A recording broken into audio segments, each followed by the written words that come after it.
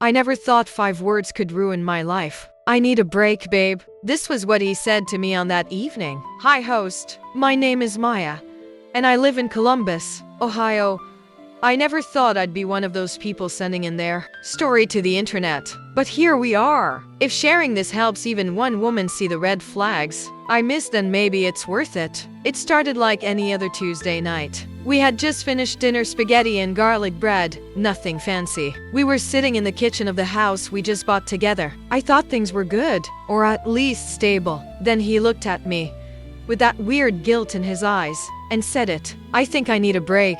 At first, I thought he was joking or stressed. I laughed awkwardly, but he didn't laugh back. He just stared at his plate and mumbled something like, "I've been talking to someone," and my stomach dropped. I knew exactly who. His ex. The one he always said was crazy, manipulative, and nothing serious. The one who still lurked on his Instagram likes even though he swore they didn't talk anymore. I asked him, point blank, "Are you in love with her?" And the way he hesitated even for just a second told me everything I needed to know. He told me he just needed clarity. He wanted to figure things out. He thought it was better to be honest than to cheat. But that was cheating. Not physically maybe, but emotionally, he was already gone. And worse, he expected me to just wait for him while he played nostalgia roulette with someone who already broke him once. That night, I didn't sleep.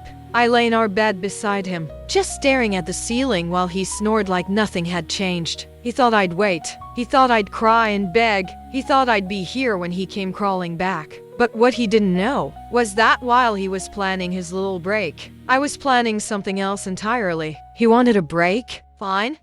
I'd break everything. The next morning, he packed a small duffel bag and left like we were nothing more than roommates. No dramatic goodbye.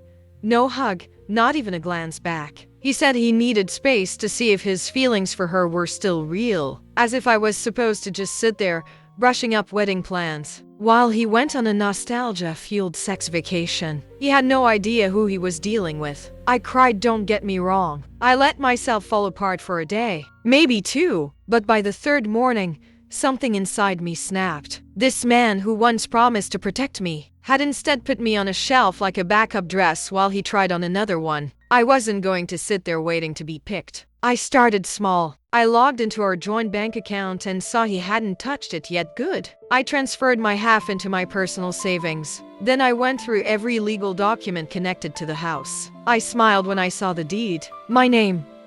Just mine. We bought the house together. Yes, but I had inherited the down payment from my grandmother. And for legal reasons, the mortgage and title had gone under me. He insisted it was no big deal at the time. What's yours is mine, he said. Yeah, not anymore. I went to a lawyer.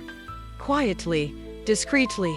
I didn't want him to catch wind of anything while he was off playing Romeo with a recycled Juliet. The lawyer told me what I already suspected.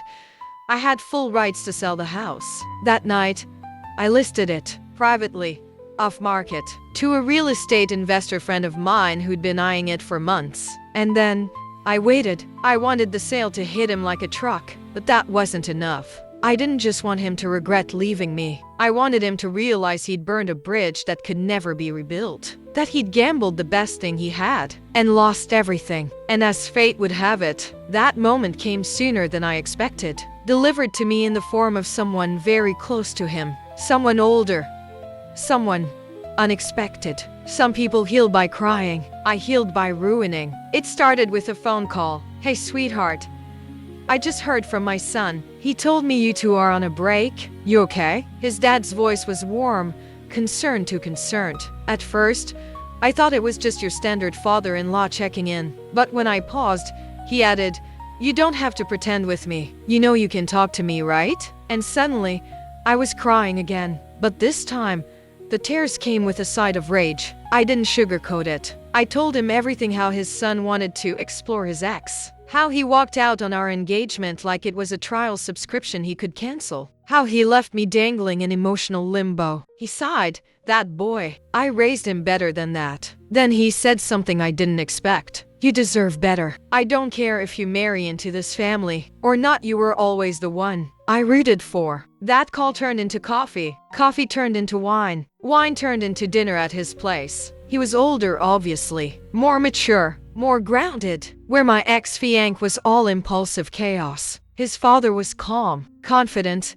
and sharp as hell. He didn't just listen, he understood. And the way he looked at me, like I was something valuable, something that shouldn't be thrown away. I knew where it was heading. Maybe I should have stopped it. Maybe I should have felt guilty. But I didn't. Not when he brushed my hair back and told me I was stunning. Not when he touched me like I was art, fragile but powerful. And definitely not when I woke up the next morning in his bed, wearing one of his shirts, and saw a message from my ex on my phone. I miss you. Can we talk? Oh, baby, you have no idea what I've been doing while you were exploring. I smiled, turned my phone face down, and walked into the kitchen, where his dad was already making breakfast like we'd been doing this for months. And in that moment, I knew. You wanted space? You just gave me enough room to completely destroy you. He thought I'd be waiting. Instead, I sold his future and slept with his past. By the time he texted, "Can we talk?" everything was already in motion. The house sold.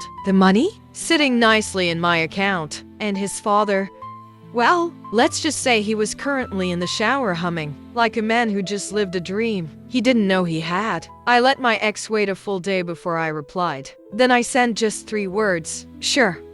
Come over. He showed up the next evening, looking like a kicked puppy in a hoodie. Same cologne, same eyes, but something about him felt smaller. We sat on the couch while I sat. He paced like he was trying to come up with the right performance. I made a mistake, he finally said. I thought I needed to get closure with her, but it was nothing. You're the one I want. I miss us.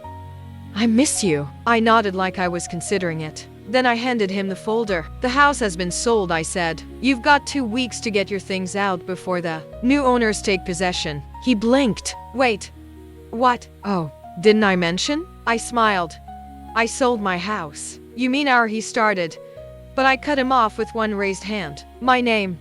My down payment. My signature. I just let you live in it for a while. He stood there, jaw clenching, completely speechless. It was delicious. But then, the final nail. Oh, and one more thing, I said, tilting my head sweetly. While you were off playing house with your ex, I got a little lonely. He narrowed his eyes. What's that supposed to mean? I stepped closer, close enough to whisper. Your dad says hi. His face turned from confused to horrified in half a second. His mouth opened like he wanted to say something, but nothing came out. I watched him process it. All of it, me, his dad, the house, the fact that he had lost everything in the span of a week. Have a good life, I said, and shut the door behind him without a second thought. I stood there for a moment, breathing in the silence. No more wedding plans, no more emotional scraps, just peace and revenge, wrapped in silk sheets and signed real estate papers. Do you think I went too far by sleeping with his father and selling the house out from under him? Was it a well-deserved revenge? Or did I cross the line? Drop your thoughts in the comments, I'm reading everything.